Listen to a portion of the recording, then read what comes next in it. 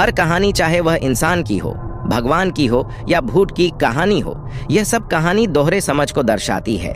एक समझ वह जिस रूप में व्यक्ति कहानी को समझते हैं, तथा दूसरी वेशभूषा में जो कहानी असल में समझाना एवं बतलाना चाहती हो। ऐसी ही एक भूत की कहानी आपको डराने के लिए प्रस्तुत किया जा रहा है। इसमें डर तो है ही, साथ में प्रेम के मायनों को परोसा गया है।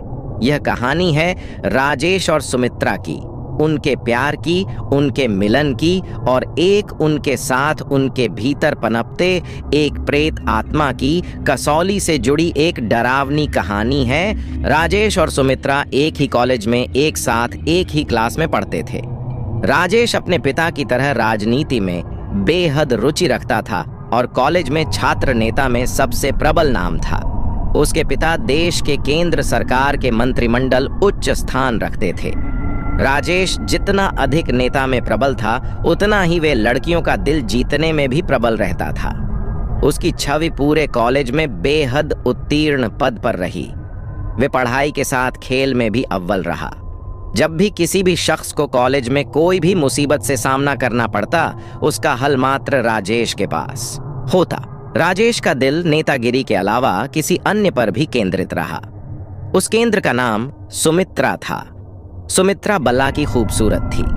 वे अंग्रेजी डिक्शनरी में ब्यूटीफुल शब्द का सबसे प्रमुख व्याख्यान करती थीं। शर्मीले स्वभाव की बोली सी सूरत ओढ़े सुमित्रा प्रेम की एक अलग प्रस्तुति पेश करती थी जो बेहद प्यारी थी। सुमित्रा मन ही मन राजेश को चाहती थी, लेकिन वह कह नहीं पाती, क्योंकि उसे यह डर था कि कहीं राजेश मना न कर दें। क्योंकि राजेश बेहद अमीर घर से ताल्लुकात रखता था, तो वहीं सुमित्रा एक सामान्य परिवार की बेटी थी। एक दिन सुमित्रा कॉलेज से घर की ओर जा रही थी। रास्ते में उसे राजेश मिला। दोनों की नजरें एक दूसरे को देखने लगी, जैसे कई जन्मों की बात कर रहे हों। फिर कुछ मिनटों के बाद दोनों ने एक दूसरे से नजर हटाई और नीचे की ओर झुकाई।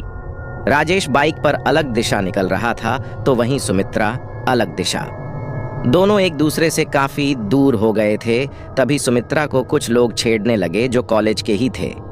सुमित्रा काफी घबरा गई और वहां से तेज रफ्तार में दौड़ने लगी। राजेश को अचानक से सुमित्रा के पास कोई काम याद आ गया। वह मुड़ा और अपनी बाइक की तेजी से सुमित्रा की तरफ, लेकिन वह अचंभित रह गया जब देखा कि सुमित्रा वहां मौजूद नहीं थी। राजेश को वहीं लड़के दिखे। राजेश को उन्हें देखकर यह आभास हो गया था कि सुमित्रा के साथ कुछ हरकत कर रहे होंगे जरूर। वह वहीं रुका रहा और उन लड़कों से बात करके उन्हें सभी को भेज दिया।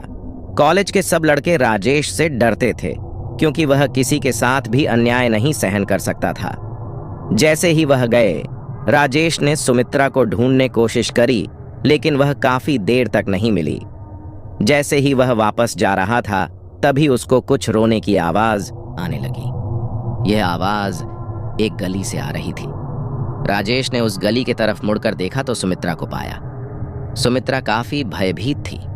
राजेश ने उसे अपने बाहों में ले लिया और उसे भरोसा दिलाया कि वह उसे कुछ नहीं होने देगा। समय बीतने लगा और दोनों के प्रेम को अब नए रिश्ते की डोर में बांधने की बातें होने लगी। सुमित्रा और राजेश दोनों का विवाह होना नक्की हुआ। सुमित्रा ने बताया वह अनाथ है, उसका कोई नहीं, वह अकेली रहती है घर पर। इस पर कियों ने राजेश के घर से आपत्ति दर्ज करी, लेकिन राजेश का सुमित्रा के प्रति प्यार देखकर वह शादी कराने को राजी हो गए। उनकी जोर शोर में शादी संपन्न हुई। दोनों एक दूसरे में बेहद खुश थे।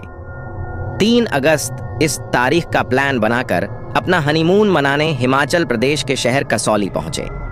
कसौली के प्रसिद्ध रेस्टोरेंट कसौली पैराडाइज में अपने प्यार भरे क्षण बिताने के लिए वे वहां के मैनेजर से एक कमरा लेते हैं।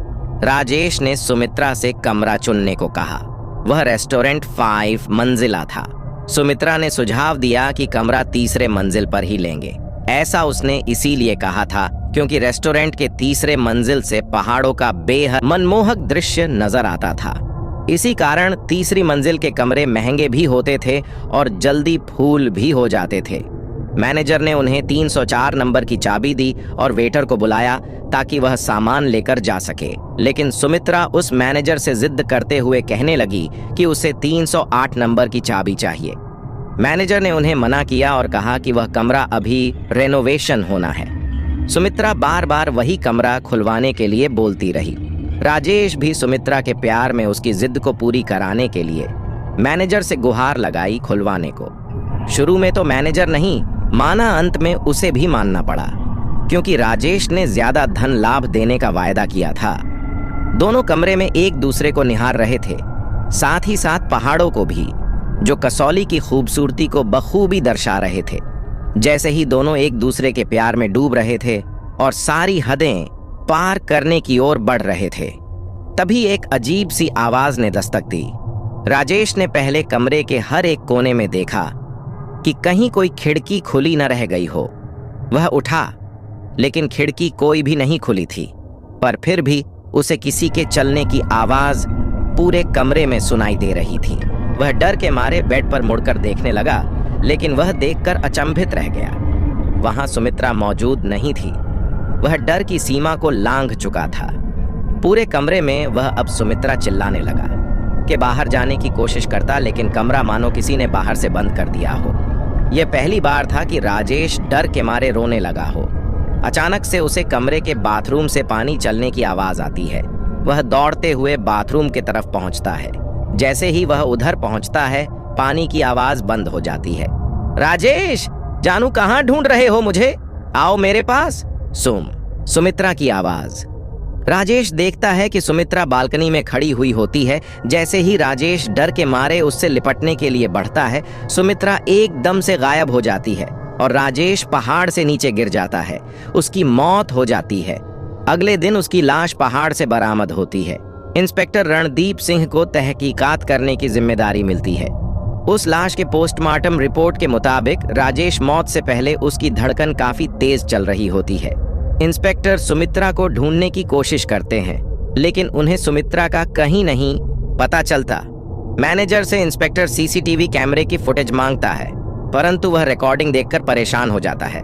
सीसीटीवी कैमरे में सुमित्रा की कोई फोटो नहीं दिख रही होती। इंस्पेक्टर को यह मैनेजर की चाल लगती है। इंस्पेक्टर राजेश के घर पर उसकी मौत की खबर लेकर पहुंचता है। सभी परिवार वाले आहत हो जाते हैं। इसी वक्त राजेश का भाई से सुमित्रा के बारे में पूछता है। इंस्पेक्टर कहता है कि कमरे में तो हमें कोई नहीं मिला। सब घर वाले कहते हैं कि राजेश और सुमित्रा का हाल ही में विवाह हुआ था।